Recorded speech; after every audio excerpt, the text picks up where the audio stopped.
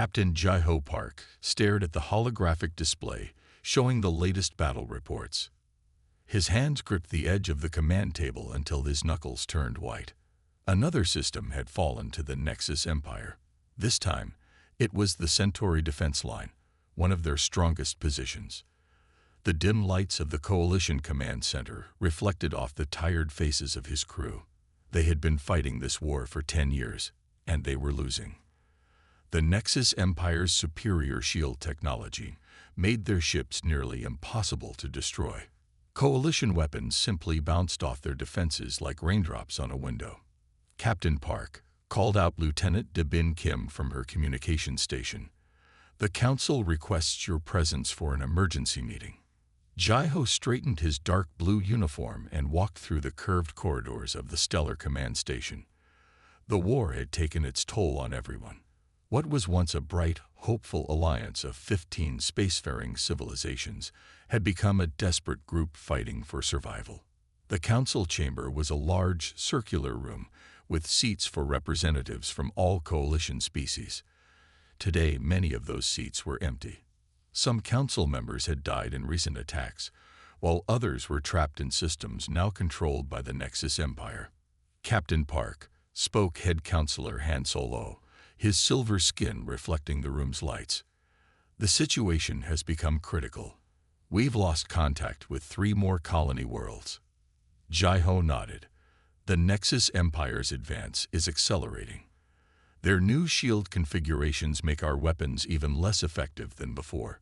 The room filled with worried murmurs. A hologram appeared in the center of the chamber, showing the territory they had lost in the past month alone. Nearly a third of their space had fallen to the enemy. Suddenly, Lieutenant Dabin's voice came through the room's speakers.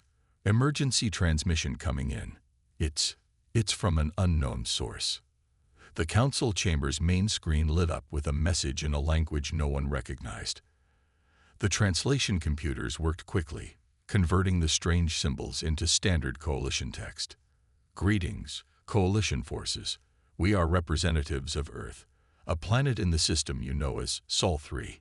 We have been observing your conflict with the Nexus Empire. We believe we can help." The room went completely silent. Jai-Ho looked at the coordinates attached to the message. The transmission came from a system so far from the fighting that most had forgotten it existed. It was in a quiet arm of the galaxy, previously thought to contain only primitive, pre-spaceflight civilizations. "Earth." Head Counselor Han Sol frowned. "Our last survey of that system was 50 years ago. They hadn't even reached their own moon." Another council member, Minister Yu Jin Baek, leaned forward. "How could they possibly help? They're centuries behind us in technology." Jai-Ho studied the message again. Something about its confidence caught his attention. These humans weren't begging to join the coalition or offering to surrender. They were offering help as equals. "We should at least hear them out," Jai-Ho said. "We're losing this war. If there's even a small chance they have something useful." The council debated for hours. Finally, they agreed to send a diplomatic mission to Earth. Jai-Ho watched as the coordinates were transmitted to Commander Hai Rin Kang's ship. As he returned to his command center, he wondered what these humans could possibly offer that 15 advanced civilizations hadn't already tried. Little did he know that Earth's late arrival to the galactic stage would change everything.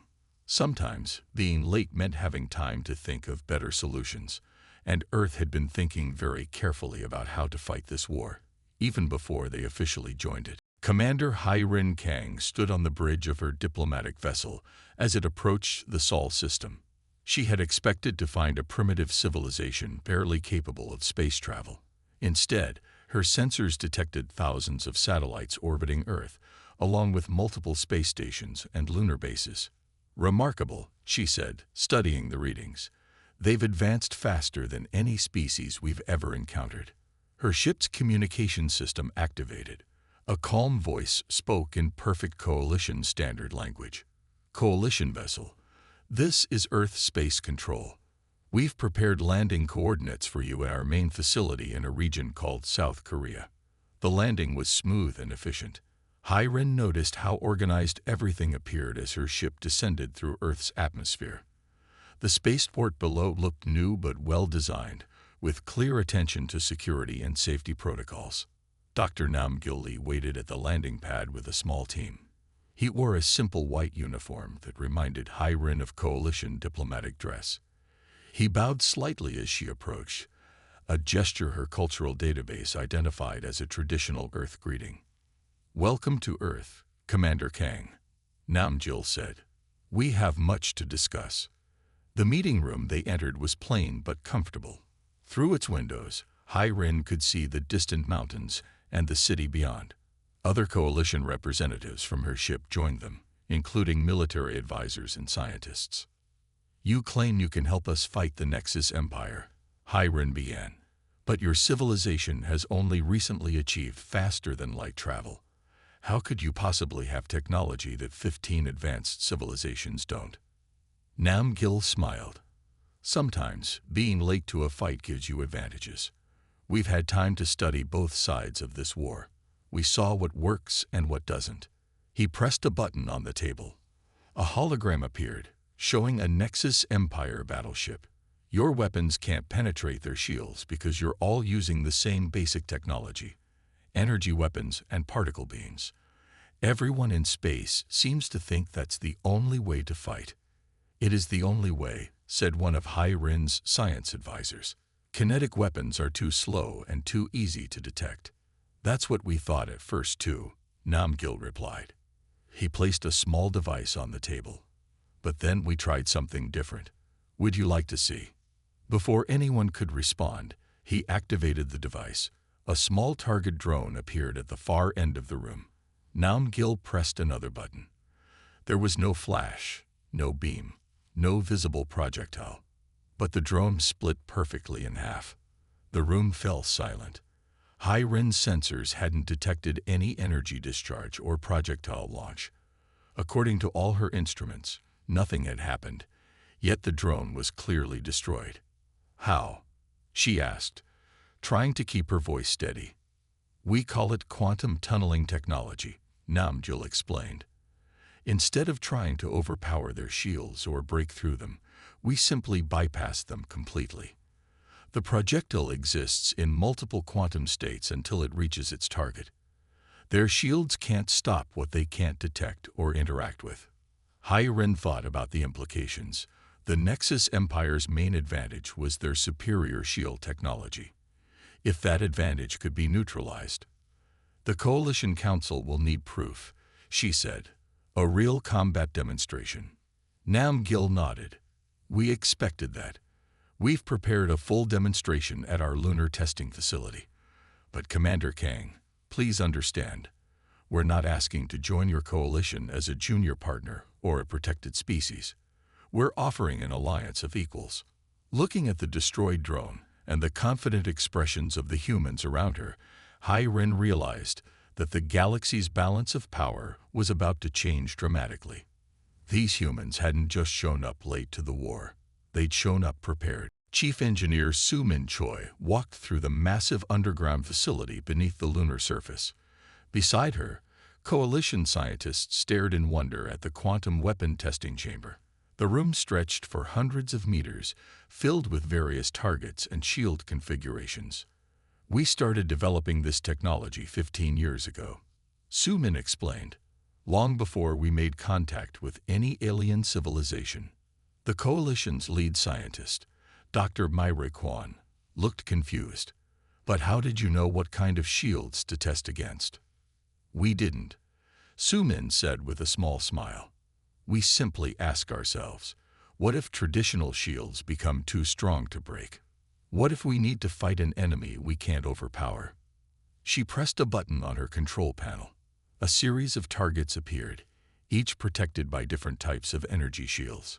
Some were basic Coalition designs, others copied from captured Nexus Empire technology. "Watch carefully," Su-Min said. She activated the quantum weapon system. In an instant, every target split apart cleanly, their shields completely untouched. The Coalition scientists gasped. Their instruments showed no projectile path, No energy signature, nothing to indicate how the targets were destroyed. The quantum-entangled projectiles exist in multiple states until they reach their target, Sumin explained. They don't interact with shield energy because they're not fully in our dimension during transit. By the time they become solid, they're already inside the target. Dr. Myray stepped closer to examine the destroyed targets. This changes everything. The Nexus Empire's entire strategy depends on their superior shields. Exactly, said Sumin. While everyone else focused on making stronger energy weapons to overpower shields, we took a different path. Sometimes being late to discover space travel has advantages. We could learn from watching others. A loud alarm suddenly filled the facility. Red lights flashed along the corridors. Sumin rushed to the nearest communication panel. "Report," she ordered. "Enemy ships detected," came the response. "A Nexus Empire scout group just jumped into the outer solar system. They must have followed the Coalition diplomatic vessel." Sumin turned to the Coalition scientists. "It seems we'll get to test our weapons in real combat sooner than planned." Earth's defense fleet moved into position. The ships looked different from Coalition vessels, smaller, sleeker, with none of the usual energy weapon ports. Instead, they carried rows of quantum weapon launchers, invisible to standard scanners. The Nexus Empire ships approached confidently, their powerful shields glowing. They had destroyed countless Coalition fleets before. They expected this to be another easy victory. 3 Earth ships moved forward. Sumin watched from the Lunar Command Center as Captain Donghyun Lee led the defense. The Nexus ships fired their energy weapons, but the Earth vessels dodged with surprising speed. "Return fire," Captain Donghyun ordered calmly. The quantum weapons activated. There was no visible beam, no bright explosion. The lead Nexus ship simply fell apart, cut into perfect sections. Its shields never activated because there was nothing for them to stop. The remaining Nexus ships tried to retreat, but 2 more salvos from the Earth fleet caught them. In less than 5 minutes, the entire enemy squadron was destroyed. Dr. Myray turned to Sumin, her eyes wide. "How many of these weapons can Earth produce?" "We've been manufacturing them for years," Sumin replied, "preparing for the day we join the galactic community. We have enough to equip the entire Coalition fleet." As she looked at the debris of the Nexus ships floating in space, Sumin knew that the war was about to change. Earth hadn't just arrived late. They had arrived ready. Colonel Do-hyun Kim stood in the command center of the Coalition battleship, Star Defender. Around him, Coalition officers worked alongside human technicians to install the new quantum weapon systems. The massive ship floated in space above Earth. Its hull opened in several places to accommodate the upgrades. "The targeting systems are different from what you're used to," Do-hyun explained to Captain Jae-ho Park. "Our weapons don't need to overpower shields, so we can use smaller, faster ships." Jae-ho watched as human engineers modified his ship's combat displays. "Some of my crew are worried. They've never seen weapons like this before." "Neither had the Nexus Empire," Do-hyun replied. "That's why we won our first battle so easily." At another console, General Ta Won-yum observed the proceedings with clear disapproval. "These humans arrived from nowhere, and suddenly we're letting them modify our most powerful ships. Would you prefer to keep losing the war?" Do-hyun asked quietly. Before Taiwan could respond, the alert systems activated. The large Nexus Empire fleet had just attacked the Proxima colony. The colony's defenses were strong, but they wouldn't last long against such a large force. "Perfect timing for a real combat test," Do-hyun said. "How many ships are ready?" 3 Coalition battleships have been upgraded with quantum weapons, reported Lieutenant Min Ji-cho, "including this one." Do-hyun nodded. "That will be enough.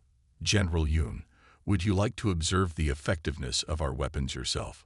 The combined fleet jumped into space near Proxima Colony. They found 5 Nexus Empire battleships attacking the colony's orbital defenses. The enemy ships were massive, their shields glowing bright against the darkness of space.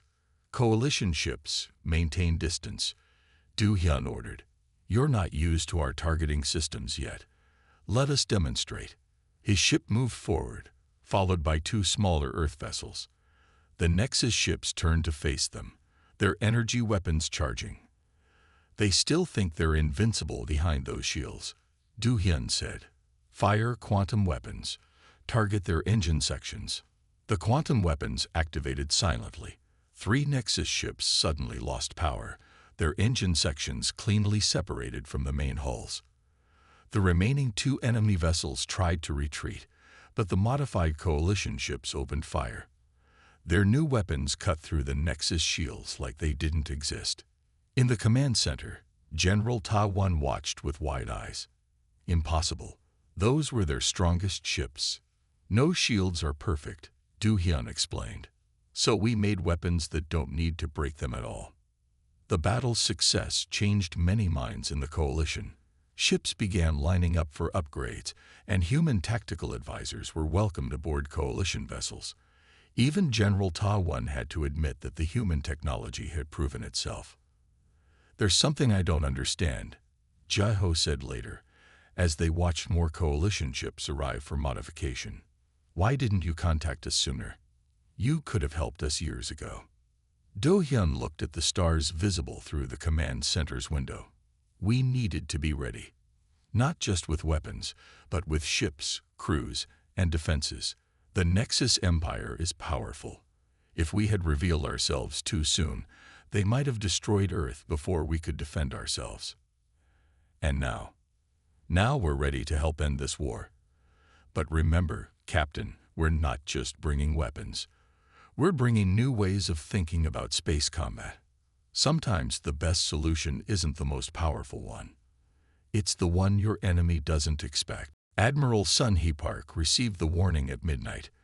The Nexus Empire had gathered their largest fleet ever seen. 500 warships preparing to jump toward Earth. They had finally recognized the true threat that humanity posed to their dominance.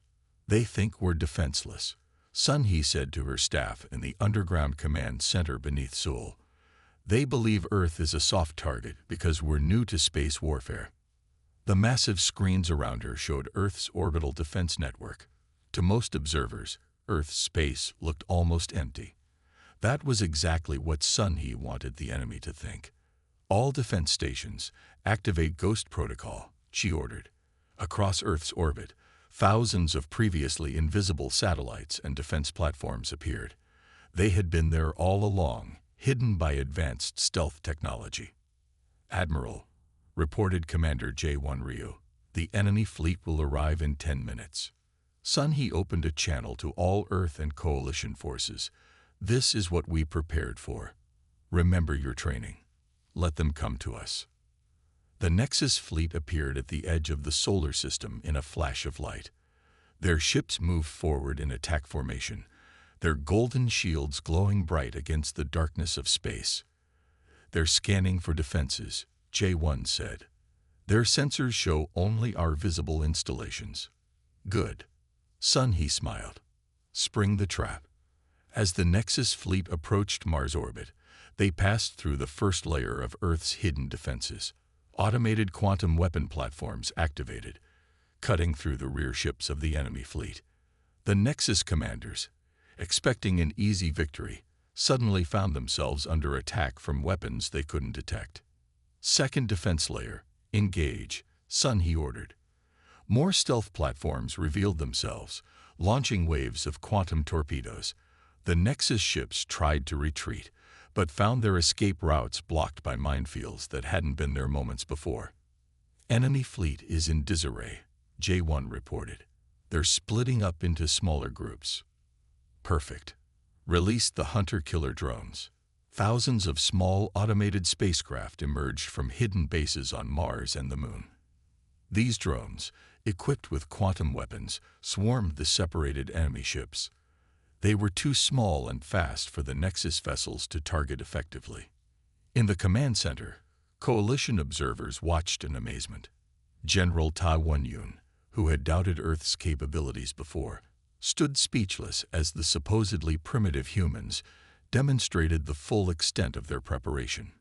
"You knew they would attack Earth eventually," he said to Sunny. "You were ready for this." "Of course," she replied. "Why do you think we waited so long to reveal ourselves? We needed time to build all this." The battle lasted only 2 hours. When it ended, the mighty Nexus fleet was in ruins. Their remaining ships fled in panic, leaving behind a graveyard of destroyed vessels. "Send word to all Coalition worlds," Sun he ordered. "The Nexus Empire just lost a third of their total fleet strength. Their reputation for invincibility is over."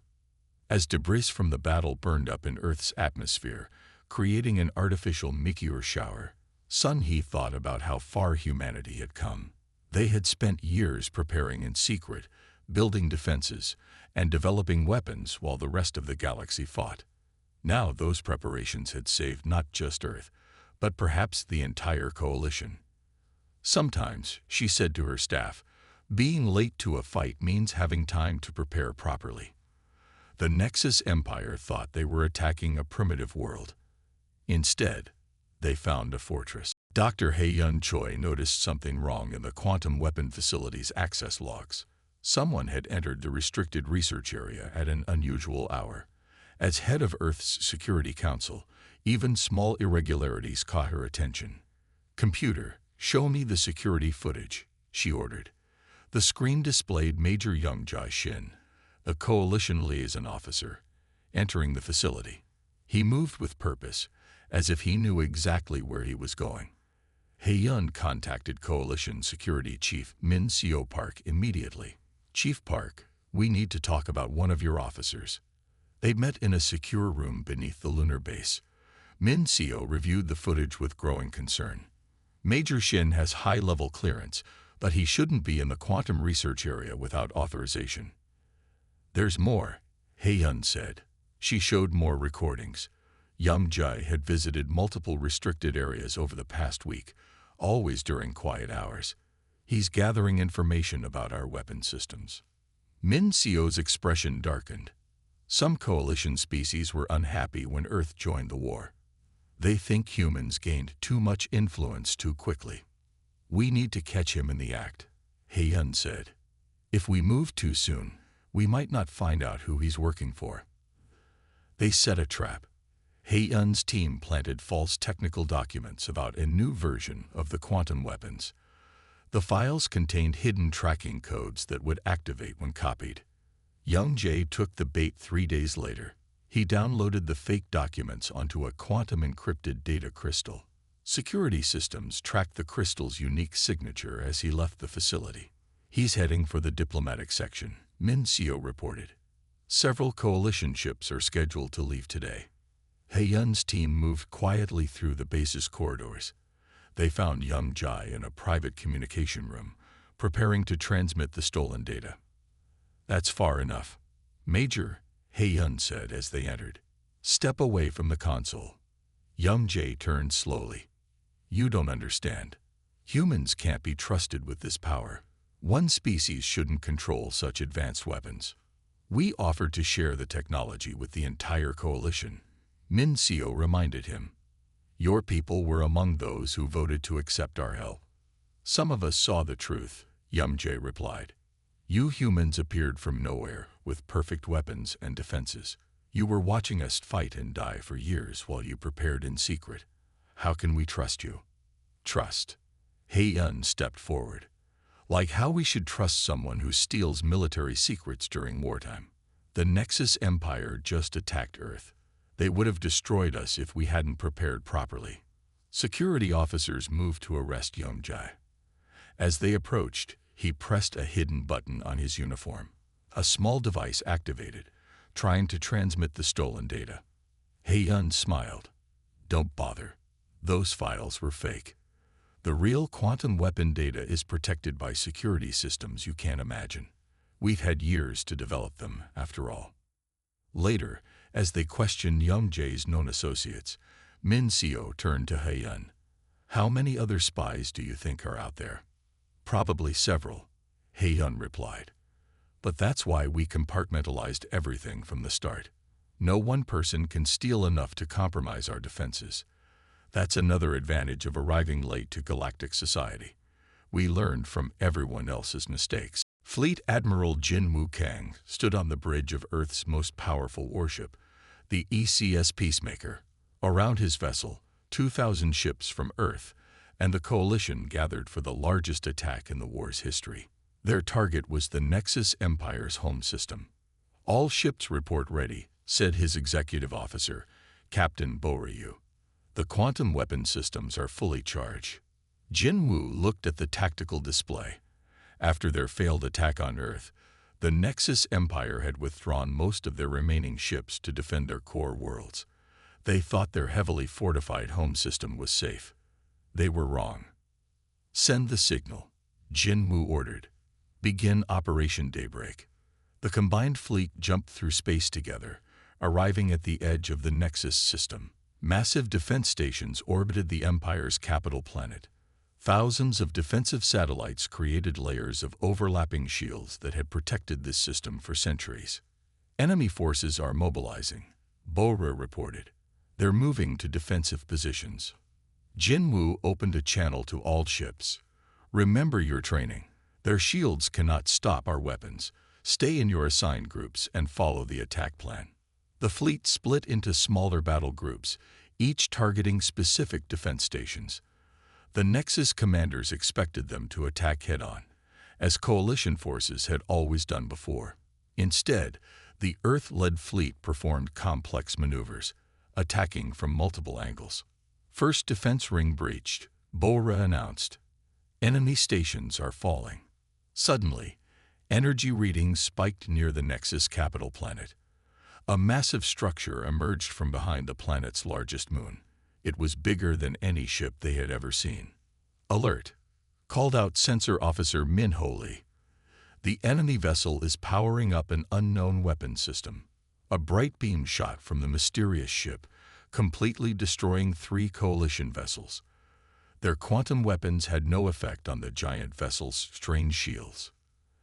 "Analysis," Jin Woo demanded. "It's using some kind of temporal shield," Min Ho reported.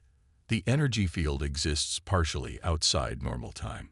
Our quantum weapons can't bypass it because it's not fully in our dimension." Jin Woo smiled. "So they learned from us. They created a defense specifically against our technology." "What do we do?" Bora asked. "We can't penetrate those shields."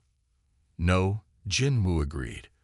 "But remember what Earth scientists always say. There's more than one way to solve a problem."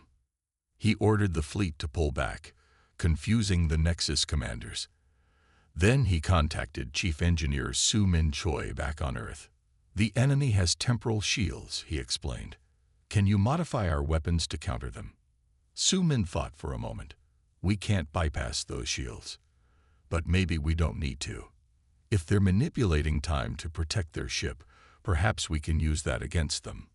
Working quickly, Earth scientists modified the quantum weapons on Jin Woo's ship.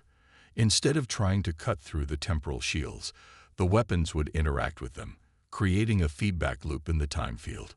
The Peacemaker moved forward alone. The massive Nexus vessel fired again, but Jin Woo's ship dodged the beam. "Fire modified quantum weapons," he ordered. The weapons struck the temporal shield. At first, nothing seemed to happen. Then the shield began to shimmer strangely. The time field collapsed in on itself, trapping the massive ship in a bubble of distorted time. "The enemy vessel is frozen in time," Min Ho reported. "It exists in all moments at once. They can't deactivate their shields without destroying themselves." Jin Woo watched as the mighty Nexus vessel became a statue in space, trapped by its own defensive technology. Sometimes, he thought, the best way to defeat an enemy was to turn their strength into a weakness. Ambassador Yun Jaili walked through the grand halls of the Nexus Empire's capital building. The massive structure, with its towering crystal spires, had stood for 1,000 years. Now, for the first time, it welcomed human visitors. Behind her came Captain Jaho Park, who had witnessed Earth's first contact with the Coalition so many months ago. He looked different now, more confident, wearing medals from both Earth and Coalition forces. "The Nexus leadership is ready to meet," said their guide, a coalition diplomat. The meeting chamber was circular, with high windows showing the frozen form of the Empire's greatest warship still trapped in its time bubble. It served as a constant reminder of how the war had ended. "Welcome, representatives of Earth," said the Nexus High Commander. His golden armor seemed less bright now, matching his people's reduced status.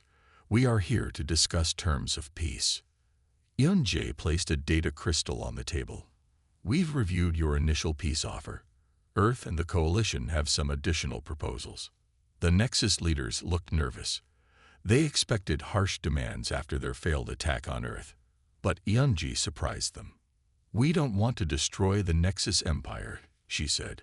"We want to help rebuild it, as part of a united galaxy." She activated a hologram showing plans for new trade routes, cultural exchanges, and technological cooperation. The Nexus leaders looked confused. "You would share technology with us?" the High Commander asked. "After we tried to destroy your world." "Earth believes in second chances," Yunji replied. "We watched your empire for years before revealing ourselves. We saw not just your military strength, but your achievements in art, science, and culture." Jaiho stepped forward. "Your shield technology is still the most advanced in known space. Combined with other innovations, it could protect entire worlds from natural disasters." The meeting lasted for hours. When it ended, the peace treaty included unexpected elements. The Nexus Empire would survive, but transform. Their military would be reduced, but their scientists would work with Earth and Coalition researchers on new projects. "This is why we waited so long to join the galactic community," Yunji explained later to Jaiho as they watched ships from all three powers working together to clear the debris of war. "We needed time not just to build weapons, but to understand our potential enemies."